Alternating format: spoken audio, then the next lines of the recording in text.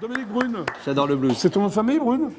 Non, j'aurais pu m'appeler Brunman, vu que j'habite à côté de chez Goldman, mais non, Non. non, c'est un secret. T'habites à Montrouge? Yes, oui. Yes, très bien. Tout à fait. Alors, Dominique, donc toi, tu es chanteur, Montrouge. non? T'as pas ce que je vois. Oui, Hein auteur, compositeur, interprète. Oh, j'ai bien, chanteur, auteur, compositeur, interprète. mon Dieu. Donc, tu es né à Paris.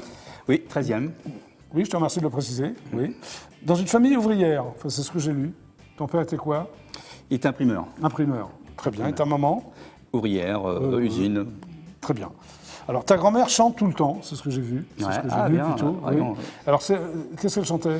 Bah, Luce Mariano Non, pas du tout. Des chansons très basiques, entre guillemets, style Sans les cerises, des chansons de l'époque. Bah, quoi. de l'époque, oui. De l'époque. Et tu crois qu'elle t'a, sans le Je vouloir, crois, ouais. sans le vouloir, Ah oui, si, ouais. parce que si tu veux, elle est restée très longtemps impotente Oui. chez elle, et malgré ça, elle chantait, elle avait la foi. D'accord, ok. Alors, Voilà. Elle était prof aussi, elle a fait du piano aussi. Voilà, ton père te fait découvrir Ivan Ebrov et Mouloudji. Voilà, tout à fait. J'aimais bien Mouloudji. Ouais. Bah Ouais. oui, Enfin, vous ne connaissez pas trop Mouloudji, hein, vous les jeunes téléspectateurs, mais c'est vrai que c'est voilà, un Ouais, c'est chanteur des particulier. années 40-50, on va Ouais, dire. voilà, c'est ça. Ouais, voilà. Tout à fait. Et t'aimais bien? Bah, j'ai découvert sur Ouais, le tard. J'ai découvert d'accord. Ivan Ebrov, par contre, j'ai vraiment approfondi. Ouais. Alors, avant d'être chanteur, tu étais clown. Oui. Oui. Sous le nom de Zigo. Mais ça n'a rien à voir, clown et chanteur. Tu étais un clown chanteur ou... Bah ouais, non, c'est-à-dire que j'ai été chanteur, et puis après, D'accord. les clowns m'ont toujours passionné, quoi. Alors, ta première grande passion, c'était pas clown et pas chanteur, c'était le vélo. Et oui. Tu enchaînes les victoires de 13 à 26 ans. Mais tu enchaînes les victoires, c'est-à-dire? Tu étais cycliste professionnel? Pas professionnel, Quelle époque? semi-professionnel. J'ai commencé à 13 ans, donc. Ouais.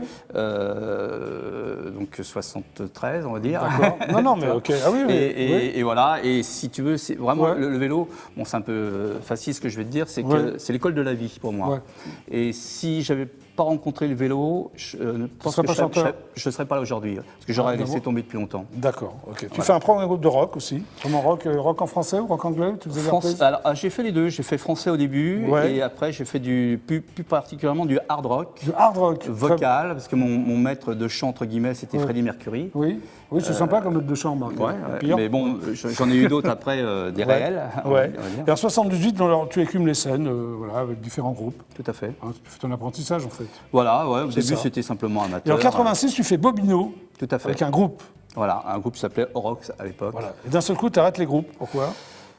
Manque de sérieux. Voilà. Et tu arrêtes les groupes et aussi le cyclisme, en même temps. C'est-à-dire que là, j'avais la réflexion Ouais. d'être humblement Ouais. chanteur, Ouais. de vouloir être professionnel. Donc tu arrêtes. Et je dis, bon, bah, je ne peux pas rester dans le vélo à fond, donc Ok. j'ai complètement changé. Nouvelle direction, le classique, musique classique, pourquoi? J'ai travaillé la voix, c'est-à-dire Ouais. que j'ai fait le travail. Déjà, j'avais commencé avant, hein, Ouais, au niveau ouais. du travail, j'avais travaillé le chant avant. Oui.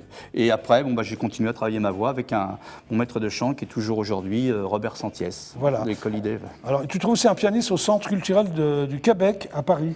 Ah ouais, t'es Oui. bien renseigné, dis Oui, je donc. me suis renseigné, oui. Donc, Alors, pourquoi le Centre culturel du Québec? Bah parce que tout simplement, à l'époque, hein, bon, je ne veux Ouais. pas critiquer les musiciens français, parce que je Oui. vais me faire mal voir. T'aimais bien les musiciens canadiens, c'est ça? Ouais, j'ai été tombé sur des musiciens, ça collait pas, et mon Ok. esprit était pour partir au Québec. Voilà. T'es parti? Donc, je suis parti après, grâce à lui. D'accord. Alors, tu as fait des scènes quand même très atypiques, parce que tu as joué dans des prisons et des églises. Ouais, Dans quelle prison tu as joué? partout. Partout? J'ai C'est fait. très bizarre, tu te jouais pour les prisonniers, quoi. Voilà, Oui. tout à fait. J'ai fait Mozac, j'ai fait Oui. Périgueux, j'ai fait Rennes, j'en ai fait une vingtaine, puis une vingtaine. oui. C'est important de donner. Non, mais c'est bien, c'est bien.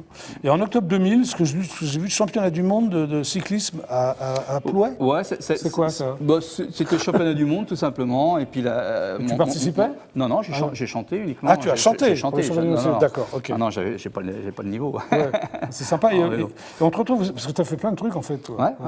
Et on te retrouve sur scène à l'Opéra de Nantes. Alors, c'était pas l'opéra de Nantes, c'est pas grave. Oui. C'est-à-dire c'était pour l'abolition de l'esclavage. Oui. Et Et c'était où? à Nantes, tout à fait. C'était pas l'opéra, parce que C'était- quand même à Nantes. Mais, Bon, voilà, les sources, c'était à Nantes, voilà, tout à oui. fait. Mais j'ai eu le grand bonheur Oui. d'être accompagné par l'opéra de Nantes, qui m'ont Oui. accompagné pour une chanson que je génial. vais chanter. Bah, c'est monstrueux, quoi. Oui.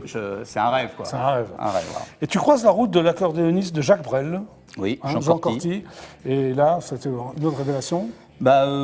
C'est très difficile. J'ai commencé à travailler Jacques Brel et je parle du principe qu'il faut s'adresser au Dieu cassé saint, entre guillemets. C'est-à-dire que j'ai été frappé à sa porte, tout simplement. Ah, t'es allé le voir. Et j'étais le voir, je dit voilà, c'était vraiment les prémices de mon travail de Brel. Et je dis voilà, je chante comme ça, et puis bon, ça a super fonctionné. Voilà. Et tu le vois toujours? Tu fais toujours malheureusement, non, il est parti dans un autre monde. Excuse-moi, mais il est parti il y a combien de temps? Il est parti il y a 4 ans, 4 ans. Voilà. Okay. Et on va se retrouver donc à Longjumeau, banlieue sud. Longjumeau, le 17 novembre. Voilà, 17 novembre, Longjumeau. Donc là, tu vas jouer quoi? Du Jacques Brel ou un peu? Alors, le fil conducteur, c'est Jacques Brel. Okay, mais il y aura des chants que Jacques Brel a rencontrés, justement, comme Mouloudji, et que mon père a rencontré. C'est-à-dire que moi, je fais un lien. Quand je prends une chanson, il y a un lien. Je ne prends pas une chanson pour faire une chanson.